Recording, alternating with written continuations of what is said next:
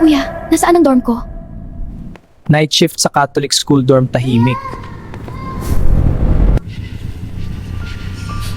Hanggang sa may narinig siyang umiiyak.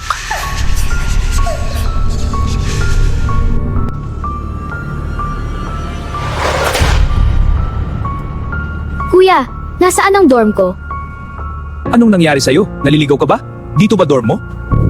Kuya, Huwag kang mag-alala, tutulungan kita. kuya! Pero bawat dorm room na pinuntahan nila walang sagot ang babae. Anong number ba ng dorm room mo? Bago ka ba dito? Habang tumatagal mas lumalamig ang paligid, kinikilabutan na din yung guard. Kaya dinala niya ang babae sa records para tignan ang room number ng babae. Paglingon ng guard sa babae, wala na siya. Kuya!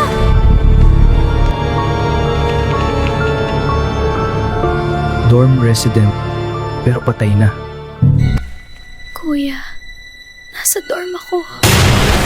Dali-dali siyang umuwi at simula noon hindi na siya nagdo-duty ng night shift.